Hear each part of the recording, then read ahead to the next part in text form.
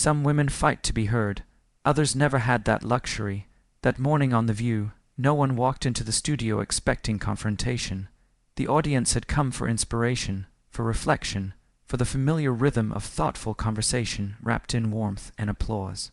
What they received instead was silence, silence sharp enough to cut glass. The studio lights were warmer than usual, casting a gentle amber glow across the curved table where decades of conversations had unfolded. Outside the wide windows behind the hosts, winter lingered quietly. Bare trees stood motionless against a pale sky, their branches thin and exposed, as if the world itself had been stripped down to essentials. The calm outside only amplified the contrast within. Inside the studio, everything appeared composed, almost too composed. Smiles were practiced, posture precise, the kind of balance that suggested control rather than comfort. Sharon Stone sat upright in her chair, shoulders relaxed, spine straight but unforced. Her hands rested loosely around a ceramic mug, fingers steady, unadorned. She wore a deep olive dress, understated yet elegant, the sort of choice made by someone who no longer needed spectacle to command attention. Her presence was quiet but undeniable. She didn't scan the audience or play to the cameras. Instead, her eyes moved slowly around the table, observing, listening, absorbing the room rather than claiming it. There was a stillness about her that felt earned. Across from her, Meghan Markle leaned slightly forward, her posture alert and engaged. Every movement seemed intentional, calibrated for clarity and effect. When she nodded, it was precise. When she smiled, it was controlled. She carried herself with the confidence of someone versed in public scrutiny, someone who had learned how to hold an audience without ever losing her footing. Her voice, when she spoke, carried the practiced cadence of a speaker who understood both timing and impact. At first, everything unfolded exactly as expected. Joy Behar opened with a question about longevity in Hollywood, how one survives, adapts, and remains relevant in an industry that rarely forgives age, especially in women. Whoopi Goldberg framed the discussion around resilience, around the cost of staying true in spaces designed to wear people down. The audience responded with murmurs of approval, nods of recognition. It was familiar territory, comfortable and affirming. Sharon spoke when prompted, not with drama or emotional flourish, but with quiet gravity.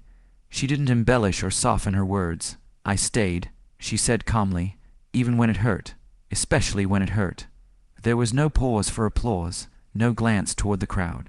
Just a statement, firm and complete. The audience responded anyway, clapping softly, almost reverently. Meghan smiled politely, too politely, the kind of smile that signaled professionalism rather than warmth. When it was her turn, she took a breath that felt rehearsed. Not artificial, not insincere, but prepared. "For me," Meghan began, her voice steady. Survival meant refusing to be silent, refusing to accept the narrative written about me.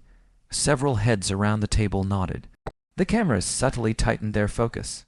This was familiar ground for her, and she navigated it confidently. Sharon listened without interrupting. Her expression didn't change, but her eyes sharpened slightly, not in challenge, but in recognition, as if she understood exactly where the words were coming from and what they cost. Meghan continued, her voice growing firmer. "There's power in telling your story loudly, in owning it before someone else does." The audience applauded more openly now. This was the language of empowerment, of modern visibility, of reclaiming control through voice. That was the first moment the air shifted. Sharon didn't respond right away. She took a slow sip of water, placed the glass carefully back on the table, and only then spoke. Her voice was neither louder nor faster than before. "There is also power," she said evenly, "in enduring without applause." The table went quiet, not tense, at least not yet, just still, the kind of stillness that settles when something unexpected has been said, when the room realizes it's standing at the edge of a deeper truth. The audience didn't clap, the hosts didn't interrupt. Meghan's smile froze for half a second, barely noticeable unless you were watching closely. She tilted her head, a gesture that suggested openness but carried a trace of defensiveness. "Of course," she replied smoothly, "but silence hasn't always been a choice." There it was. The words hung between them, heavy but unspoken. Privilege, generation, survival shaped by circumstance rather than philosophy. Sharon met Meghan's gaze, unflinching, "No," she said quietly, "it hasn't. And sometimes it's not silence at all. Sometimes it's being unheard." Joy shifted in her seat. Whoopi inhaled, then exhaled slowly. The audience remained silent, sensing the weight of what was unfolding. This was no longer a conversation about careers or public image. It was about two different kinds of strength, one forged in visibility, the other in endurance. Sharon continued, her tone calm but resolute. "Not everyone had the safety to speak loudly. Some of us survived by staying, by working, by absorbing the cost quietly because the alternative was disappearance." Meghan listened now, truly listened. Her posture softened slightly, her hands resting still in her lap. The confidence remained, but it was tempered by something else, reflection, perhaps. No one raised their voice, no one attacked, yet the silence that followed was sharper than any argument. It asked a question the show rarely allowed to linger. Is empowerment always loud, or have we forgotten the strength it takes to endure without recognition? When the cameras finally cut to commercial, the audience exhaled as one. They hadn't witnessed a fight. They had witnessed something rarer, a moment where two truths collided and neither could fully erase the other.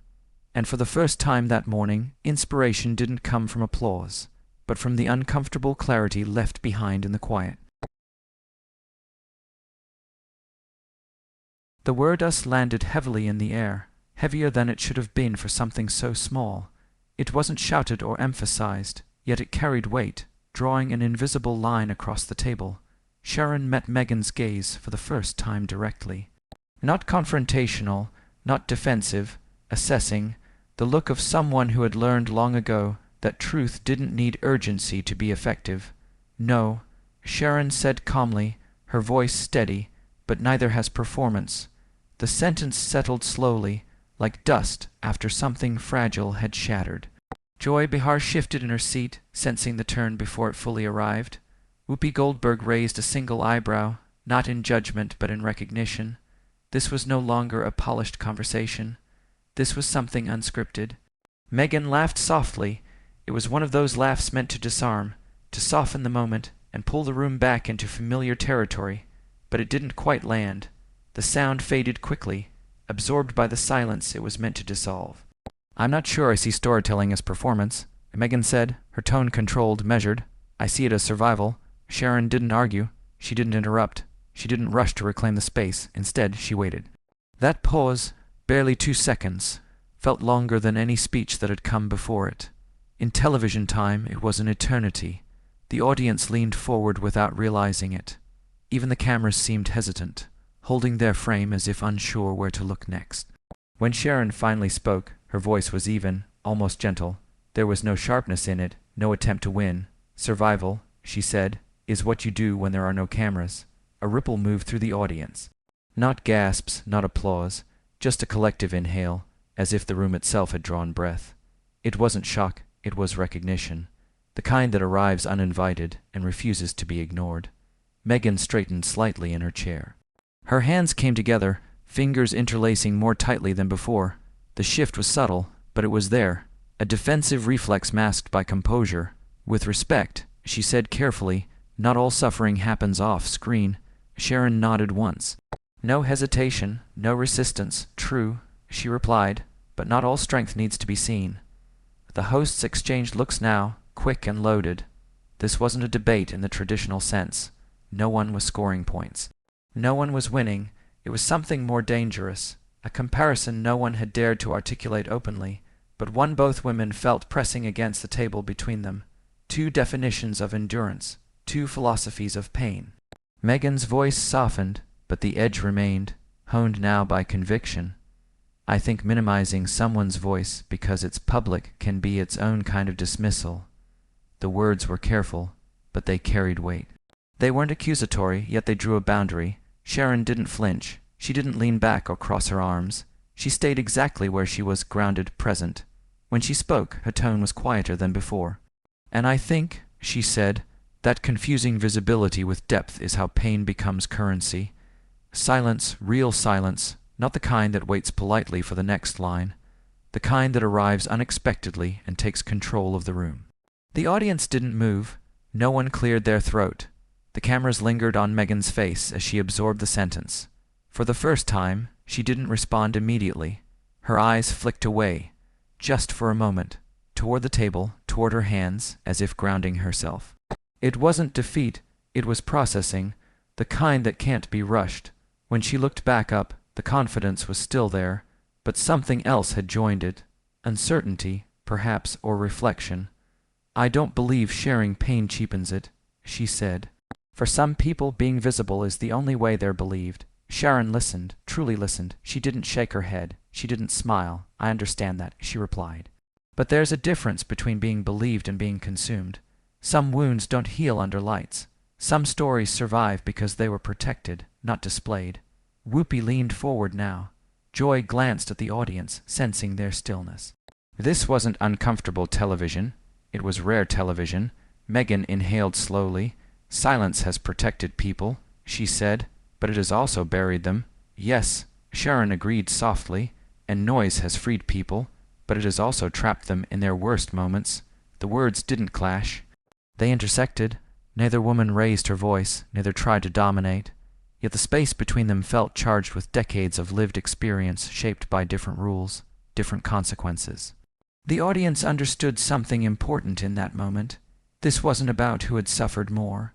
It was about how survival adapts to the conditions it's given. Meghan finally relaxed her hands, unclasping her fingers.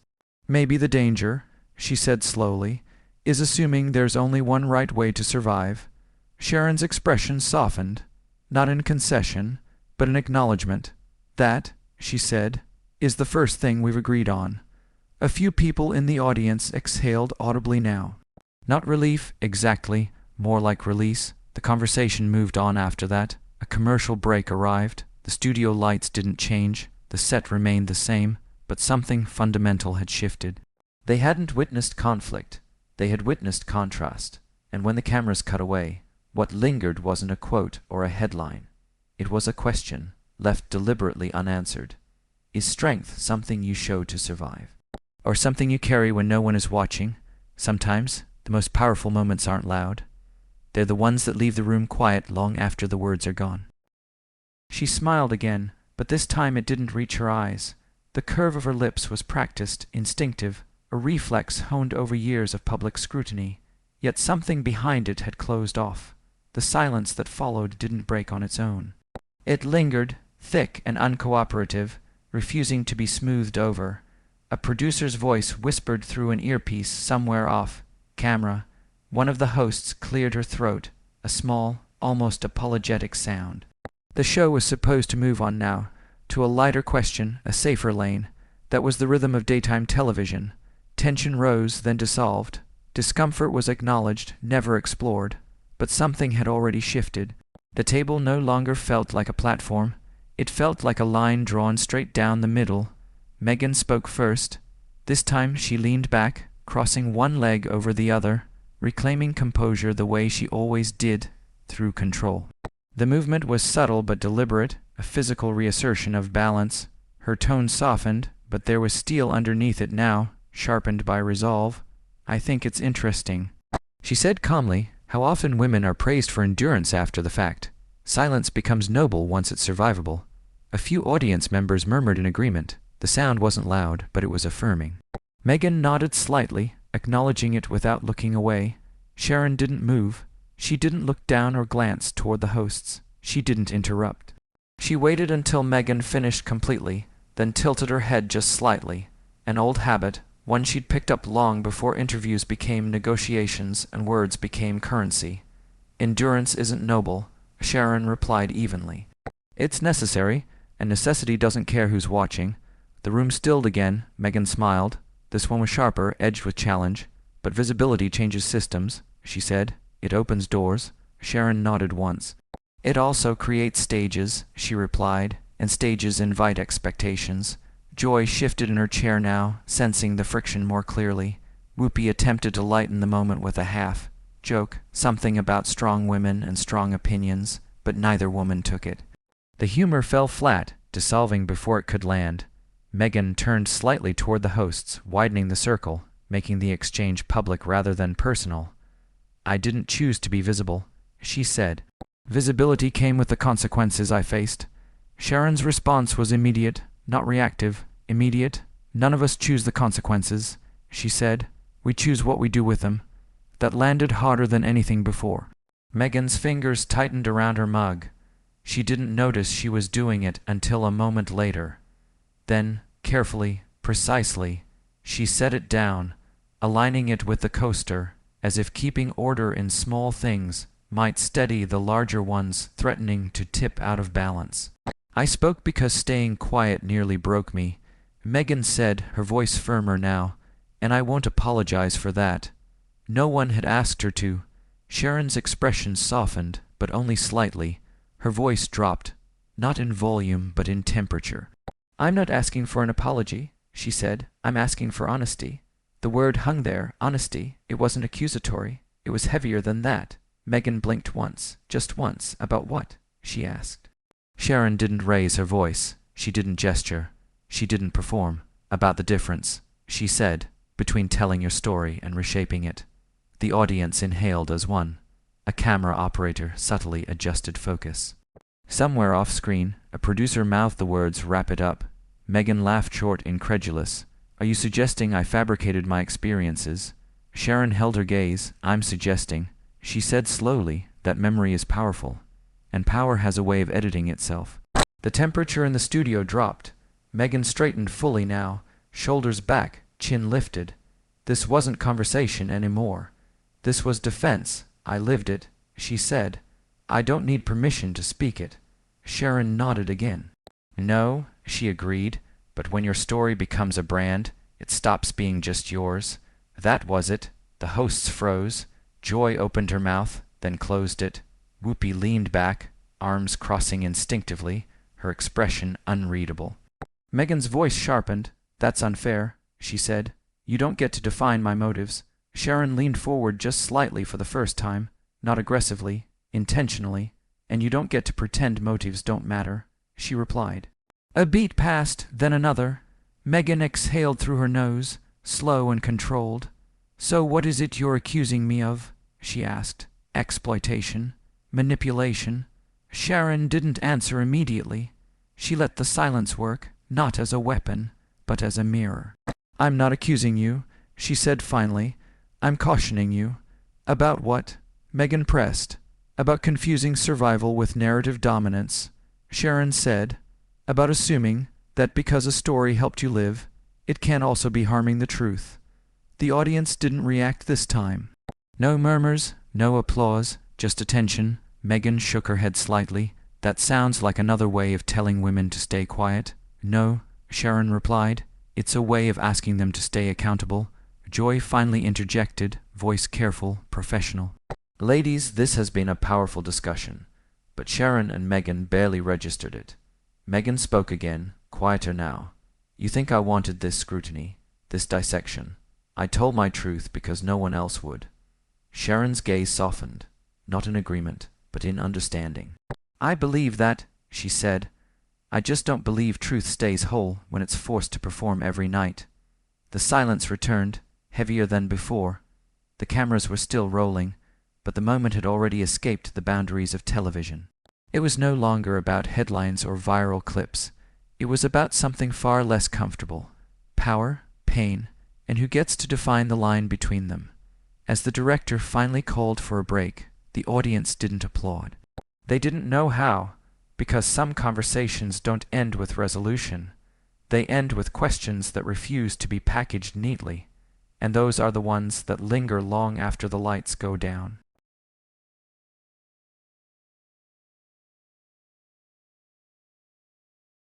The composure was cracking now, not shattering, but fraying at the edges in ways that couldn't be hidden by posture or polish. Meghan drew a breath, steadying herself, then spoke with a controlled firmness that betrayed the strain underneath. I find it interesting, she said, that women who endured quietly are often celebrated, while women who speak are questioned. Sharon didn't hesitate. There was no pause, no recalibration. Her response came clean and immediate. I question everyone who profits from pain, she said evenly, including myself. That stopped Meghan cold. For the first time since the exchange began, she didn't have a response ready. The practice cadence faltered, just enough to be noticeable. The audience sensed it too, that rare, electric moment when rhythm breaks, when momentum stalls, when a conversation slips out of its rehearsed grooves and into something unscripted. Meghan glanced briefly toward the hosts, as if searching for an exit, then back to Sharon. "This is becoming personal," she said. Sharon's voice remained calm, almost kind. "It always was. It already is." Another producer's voice crackled through an earpiece. A hand-off camera made a sharp motion signaling commercial. The hosts tried to steer the moment back toward safety, toward closure, but Meghan shook her head. "No," she said firmly. "Let's finish this." The room held its breath. Sharon didn't interrupt. She waited. And in that waiting, the balance tipped. The producers never liked it when a segment stopped behaving. On The View, everything had a rhythm, a laugh line, a warm anecdote, a respectful pivot. Even arguments were supposed to be manageable, sharp enough to trend, soft enough to survive a commercial break. But this wasn't manageable anymore. The lights felt brighter. The studio air felt thinner.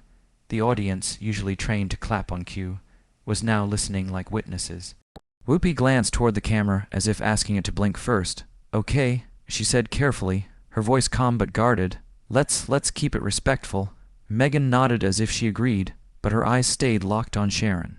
Sharon's posture hadn't changed. She wasn't leaning in to win. She was sitting like someone who had already decided she didn't need to. Meghan spoke again, her voice regaining its practiced steadiness. "People always want to reduce women to how they handled it," she said, as if survival isn't enough, as if speaking isn't enough. Sharon's expression didn't shift, but her voice softened just enough to sound almost sympathetic. "Survival is enough," she said. "Speaking is enough, but speaking doesn't erase responsibility." Meghan smiled again, smaller now, controlled. She tapped her fingertips lightly against the table, as if counting time. "Responsibility," she repeated. "For what exactly?"